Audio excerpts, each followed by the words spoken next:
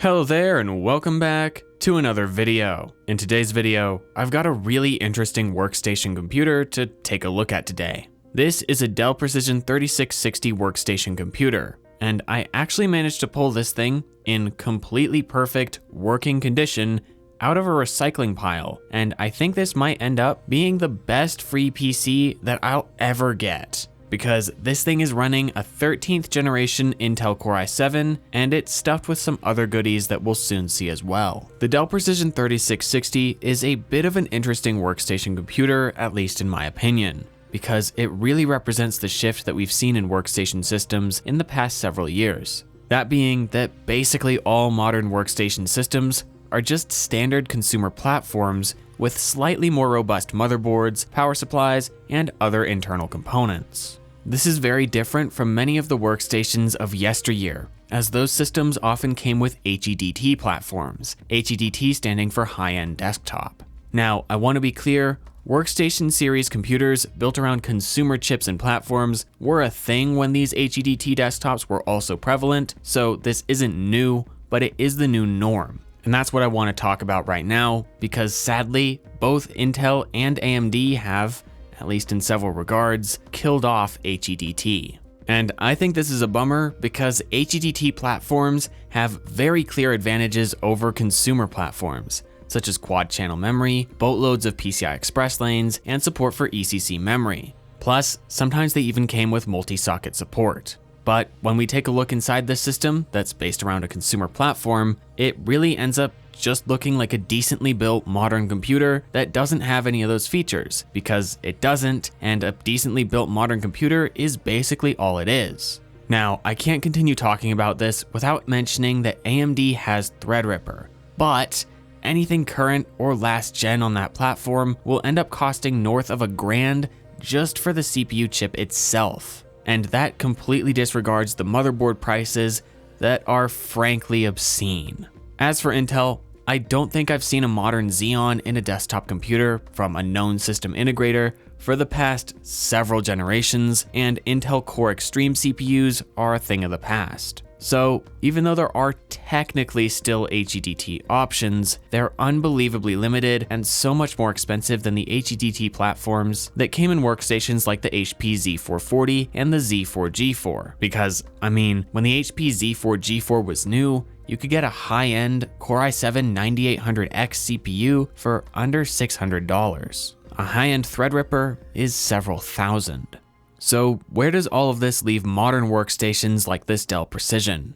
Well, let's find out. The first thing that hit me when I opened this system was the fact that Dell put some effort into cooling this thing, or at least they put effort into cooling everything in the chassis except the CPU. Genuinely, Dell, what is this absolutely tiny CPU cooler? This is a 13th generation i7. I think anyone who's been in this industry for a while knows that this is not enough cooler for this chip, and I guarantee that this will cripple the system's performance once we get to benchmarking it, but we'll come back to that later. Taking a look at the system memory, since this is a consumer platform, we only have dual channel memory available, but we do get a full 4 slots, which has actually been getting less and less common in recent years. Installed in 2 of the slots are 2 8GB 4800MHz DDR5 DIMMs, and while I would love to upgrade this system to have 32 or even 64GB of RAM in it, I think we all know exactly why I'm not going to be doing that today. Moving from RAM to storage now, the system has a 512GB Western Digital SN810 Gen 4 NVMe SSD installed in it, and it's also got 2 more empty NVMe slots for storage expansion. I'm really happy to see this, as several older workstation systems I've worked with either have only 1 or 2 M.2 slots, and considering how popular M.2 SSDs are, having 3 slots keeps the system versatile. Right below that SSD, we have our GPU as well, which in this case is a pretty low-end option for this system, that being the Radeon Pro W6400.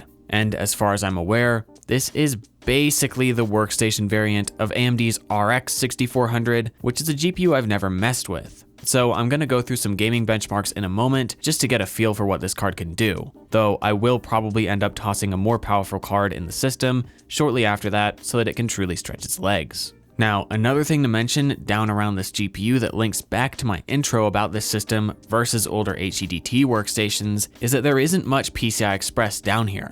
We get one Gen 5 by 16 slot, which is a very high bandwidth slot, as well as 2 more X4 slots that run at slower speeds. But when comparing this to older HEDT systems, we can see that the trend of relying on consumer platforms for workstations like this does come at the expense of being able to shove a ton of PCI Express devices into the system. Because, for example, my HP Z4 G4 has 5 PCIe slots, 2 X16, 2 X4, and an X8. So I can jam 2 full-size GPUs in here with no compromise, and I'll still have an unblocked slot for high-speed networking.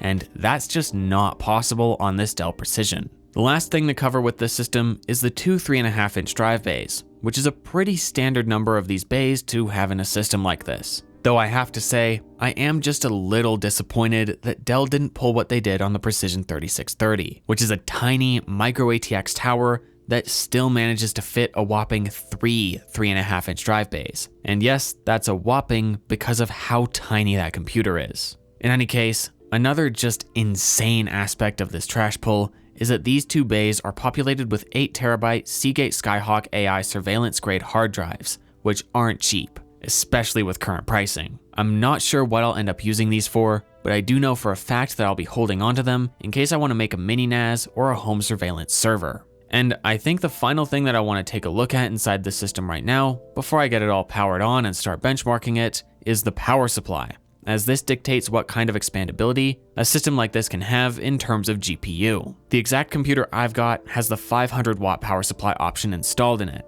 which is pretty solid and should be able to handle a decent GPU just fine, especially because it has a spare 6 and 8-pin PCI Express power connector on it. Looking at Dell's spec sheets, however, it seems like this system could be bought with up to a 1000 watt power supply, which would have definitely been interesting to see, as that would allow for a more massive GPU to be installed in here, possibly even something like an RTX 4090. And with all of that out of the way, let's stop scrutinizing this system's guts and get it turned on. After I repaste the CPU, of course, which it very much needs despite being only a few-year-old system, because that cooler is letting the CPU absolutely cook the thermal paste. And now we can get Windows 11 Pro installed and get some benchmarks running to check out what this system with its W6400 GPU and, at least what I suspect to be, handicapped i7 13700 can do. So instead of hopping into games first, I chose to open up Cinebench R23 and see if I was right to be upset at that tiny CPU cooler. I opened Cinebench alongside HWinfo so that we can see CPU power draw and temperature, as those two are directly related and will be the most directly impacted factors from an undersized cooler. When I started the multi-core CPU test, exactly as I expected, the CPU instantly thermal throttled, meaning that it had to decrease its performance because it was getting too hot. Now eventually, the CPU cooler ramped its fans up because these Dell systems take their sweet time to increase CPU fan speed, and the motherboard switched to a much lower power limit. And this allowed the CPU to finish the rest of the test mostly under 90 degrees. But this doesn't mean that this cooler isn't limiting this chip. It still very much is, because the motherboard has been programmed by Dell to lower the amount of power the CPU could draw massively under sustained load, because Dell knew the CPU cooler couldn't keep up if they didn't do that. This resulted in core clock speeds that are frankly abysmal for a chip of this generation. We should be seeing sustained clock speeds around 5 GHz on the P cores, and we're running at 3.2. But does that really make that much of a difference in the performance? Yes, it does. With the way the power limits are programmed on the motherboard to accommodate this cooler choice, the CPU gets lots of boost power for roughly the first 30 seconds, hence why it initially hits 100 degrees and throttles hard, as it's drawing around 220 watts. Then after that, the CPU gets hard capped at roughly 80 watts for the rest of the 10-minute test, which is a power draw that the cooler can handle more effectively. What this ends up meaning though, is that the very first render pass of the test should represent the very best performance of the CPU in this system. And in a single pass test, starting with the CPU nice and cool, which allowed me to capture as much of the limited high power boost time as I could in the score, the CPU managed a score of 21,478 points. This score means that in this system, this CPU is performing approximately 13.3% slower than it should be in a more suitable setup, where the score should be much closer to 24,800 points. And depressingly enough,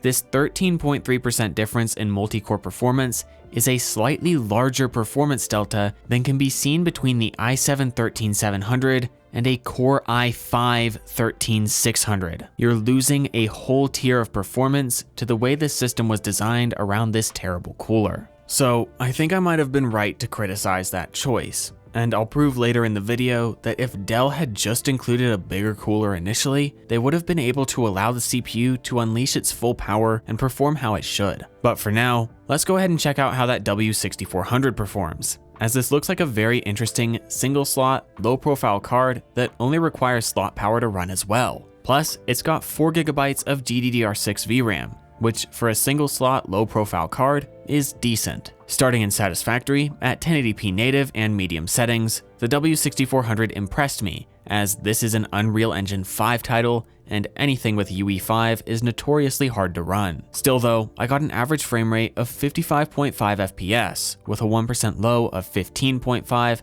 and a 0.1% low of 6.3. That's an average that's super close to the 60 FPS goal. And while those percentile lows look awful initially, anyone who's played this game knows that those are very normal numbers to see in this title, regardless of if you're running a 1050 Ti or RTX 3080. Moving on to Forza Horizon 6, a brand new AAA title, the little W6400 was hurting a little bit at 1080p native and medium settings with an average frame rate of 41.1 FPS and percentile lows of 31.3 FPS and 2.9 FPS for the 1% and 0.1% lows respectively. So nothing incredible there, but honestly usable and probably easy enough to improve by turning on FSR or dropping to low settings. Now in Spider-Man Remastered, not to be confused with Spider-Man 2, this card, in all practicality, hit the 60 FPS mark at 1080p medium with an average frame rate of 58.4 FPS with 1% and 0.1% lows of 33.9 and 1.7 FPS respectively, so once more,